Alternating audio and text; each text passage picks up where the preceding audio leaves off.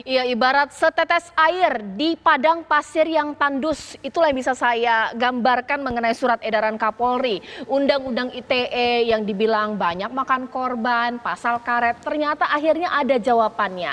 Bahwa tidak semua perkara terkait undang-undang ITE berakhir di pengadilan.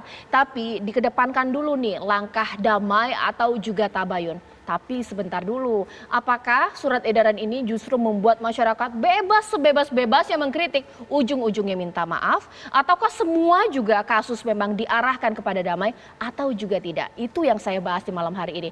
Bang Emrus Sihombing, selamat malam. Selamat malam. Apa kabar Bang? Sehat, salam sehat buat kita semua. Iya. Sebagai pengamat komunikasi politiknya saya akan tanya-tanya kepada Bang Emrus, tapi kita juga sudah melihat di sini Komjen Pol Purnawirawan Ito Sumardi. Pak Ito, selamat malam.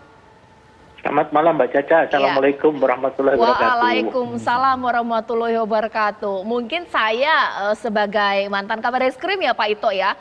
Bagaimana Bapak melihat dari surat edaran Kapolri ini Pak? Seperti apa? Baik, saya pertama kali mengawali bahwa setiap produk yang dikeluarkan oleh pimpinan Polri itu adalah perintah untuk dilaksanakan. Tentunya akan mengandung sanksi ya kalau tidak dilaksanakan. Nah, kemudian surat edaran itu tentunya dikeluarkan berdasarkan ada permasalahan yang terjadi khususnya dalam hal penegakan hukum menyangkut Undang-Undang ITE yang saat ini sedang ramai dibicarakan. Ya. Kemudian apa yang dikeluarkan oleh Pak Kapolri melalui surat edaran itu sudah melalui pengkajian. Mengapa harus dikeluarkan surat edaran yang mengedepankan restoratif justice ya, atau beliau mengistilahkan dengan tabayun karena beliau sudah mengunjungi beberapa pimpinan organisasi agama Islam yang besar, dan tabayun itu kan diartikan sebetulnya di dalam Kamus Besar Bahasa Indonesia saya tidak menemukan, tetapi makna yang tercantum di dalam tradisi umat Islam tabayun itu adalah melakukan suatu penelitian. Telitilah dahulu sebelum kita memutuskan. Ya, ini digunakan untuk memecahkan permasalahan yang ada dalam masyarakat. Kemudian kalau pengertian tabayun juga yaitu secara bahasa, tabayun itu mencari kejelasan tentang sesuatu sehingga jelas dan benar keadaannya.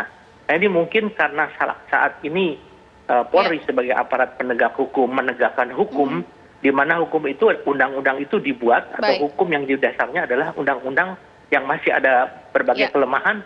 Inilah yang menjadi masalah sehingga Pak Kapolri harus mengeluarkan kebijakan untuk memberikan keadilan bagi masyarakat dan kepastian hukum. Iya, menjawab masalah yang ada di masyarakat. Sekarang saya ke Bang Emrus, setuju tidak dengan surat edaran ini? Saya kira saya setuju ya, bagaimanapun dengan dikeluarkannya itu sehingga tidak begitu mudah orang nanti saling mengadu satu dengan yang lain. Karena saya curiga nanti akan ada profesi mengadu. Karena orang yang melakukan kepada orang lain yang mengadu orang lain lagi. Kan gitu, ini bisa masalah baru lagi atau profesi baru tanda kutip.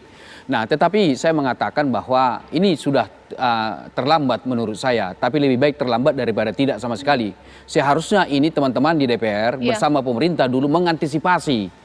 Maka membuat suatu undang itu harus dilihat dalam jangka waktu yang sangat, katakanlah minimal 10 tahun atau berapa tahun. Bisa diprediksi itu dengan kajian-kajian yang dilakukan. Ini kan sudah 2 kali dilakukan perubahan. Menurut catatan saya, itu terjadi perubahan itu masa pemerintahan SBY gitu ya. Baru pemerintahan Jokowi pertama, sudah berapa kali perubahan. Nah, saya mengatakan bahwa inilah yang terakhir buat kita untuk melakukan revisi ini. Oleh karena itulah revisi itu harus secara keseluruhan dan holistik kita melakukan. Nah, saya mengatakan bahwa boleh jadi ketika perancangan kajian akademik yang dulu ini adalah tidak dilakukan oleh para komunikolog. Kenapa saya mengatakan begitu? Karena ini kan persoalan konten, isi, bukan soal media. Nah, harusnya para komunikolog yang diundang ke sana melakukan kajian ilmiah seperti Prof. Henry misalnya ada di sana mengkaji itu secara dari segi ilmu komunikasi. Nah, sehingga bisa kita prediksi katakanlah makna yang terkandung di dalam itu. Misalnya kita kaji dari aspek simbol, dari semiotika, hermeneutika, bahkan kita bisa menggunakan dari interaksi simbolik bisa kita gunakan. Tapi saya menduga bahwa kajian akademik tidak dilakukan oleh para akademisi. Oleh karena itulah, maka saya menyarankan kalau nanti ada revisi, mohon kepada pemerintah dan bersama teman-teman di DPR, kajian akademik diberikan kepada komunikolog-komunikolog supaya ini future kita melihatnya. Prof. Henry sebagai staf khusus Kemenkominfo sudah tersambung ya, Prof. Henry. Selamat malam, assalamualaikum.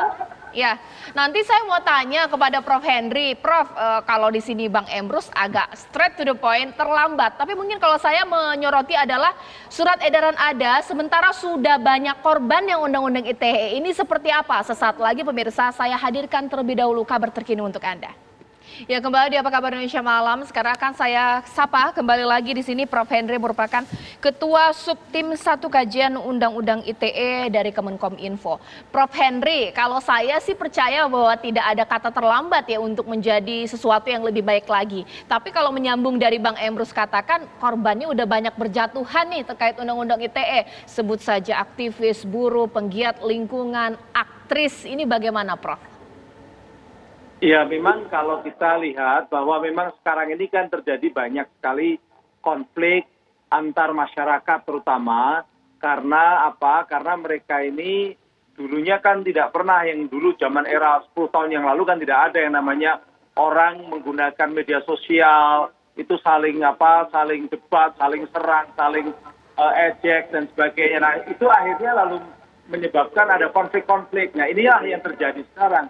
Jadi memang jumlahnya cukup membesar dibandingkan dengan 5 tahun, 10 tahun yang lalu. Karena memang dulu tidak seperti sekarang. Pengguna internetnya sudah 196,7 juta, pengguna medsosnya juga ratusan juta. Itu yang menyebabkan lalu tiap hari itu ada ratusan juta komunikasi antar masyarakat yang sering kali mereka berbenturan, muncul konflik-konflik. Nah, itulah mereka lalu ada yang menggunakan Undang-Undang ITE. Itu loh persoalannya seperti itu.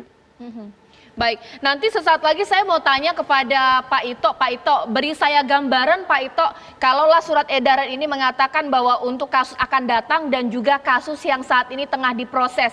Ini bagaimana ya, mengingat pelaporan yang masuk itu bukanlah yang terdampak langsung atau merasa keberatan saja meskipun namanya tidak dicederai seperti itu. Ini bagaimana kemudian langkah tabayun yang akan dilakukan? Sesaat lagi di Apa Kabar Indonesia Malam.